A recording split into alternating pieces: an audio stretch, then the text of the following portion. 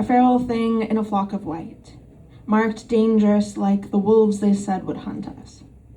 I was born an ally of the night, bearing my difference and defiance like fleece. Matted, unbrushed, a texture they refused to touch, too emotional to be palatable, too loud to be silenced. They wanted a tender lamb with ivory horns clipped, but conformity was never my thing. I overheated in the sun, so I lingered in the shadow and flinched at laughter never meant for me.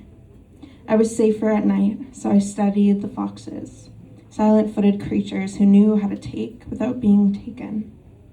And I was left unsheared every spring, never naked among the blooming.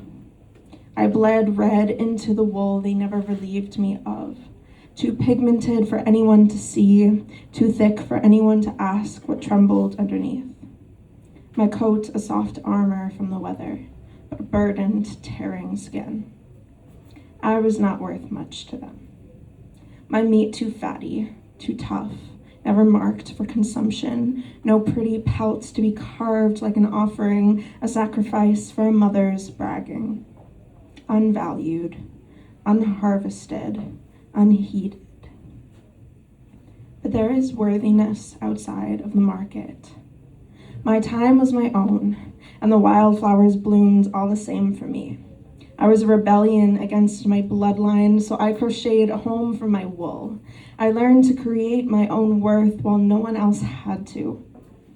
I learned to love unconditionally, unreciprocated, to find those in the daisies bowing their head in the dirt, raising their eyes to the clouds, begging to be commodified, a servant to the system, valued for what they grow, what they give, what they get taken from those around them, to be like others, to fit in.